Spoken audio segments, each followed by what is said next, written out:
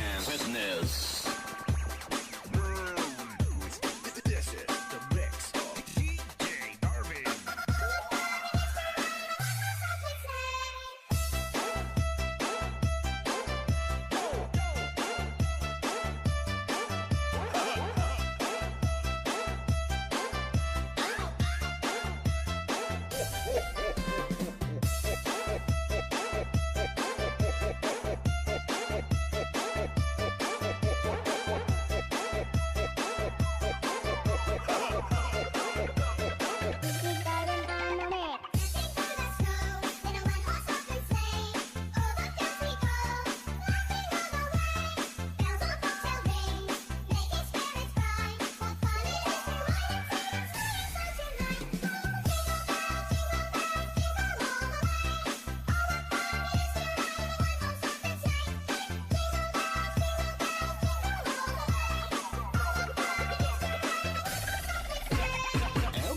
Avance Fitness.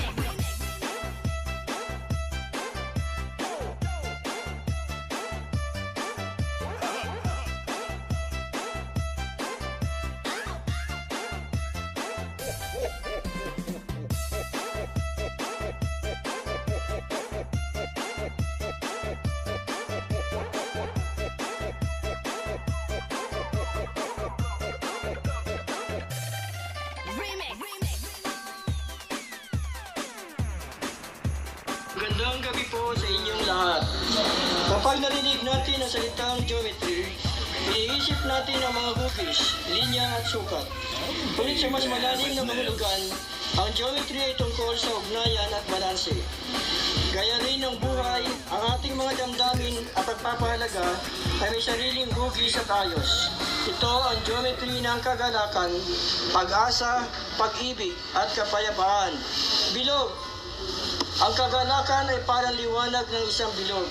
Walang simula at walang katapusan.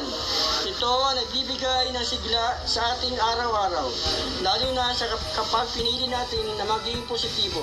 Sa kabila ng pagsubok, kapag may kagalakan, mas nagiging magaan ang ating mga pasanin. Guhit. Ang pag-asa naman ay parang tuwid na linya o guhit.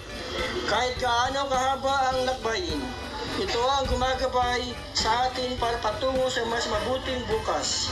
Kapag nawala ang pag-asa, tila nawawala na rin ang direksyon ng ating buhay. Tatsulok. Ang pag-ibig ay parang tatsulok. Matatag kapag may tatlong haligi, paggalang, pag-unawa at malasakit. Parisukat. Ang kapayapaan ay parang perpektong hugis na parisukat.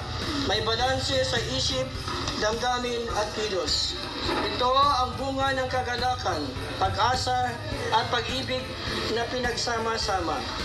Sa pagtatapos, tandaan natin, kapag inayos natin ang geometry ng ating pagpapahalaga, nagiging mas maayos ang hugis ng ating buhay at ating lipunan. Ito ang geometry ng ating damdamin at pagpapahalaga. Bilog, guhit, tatsulok at parisukat. Maraming salamat po.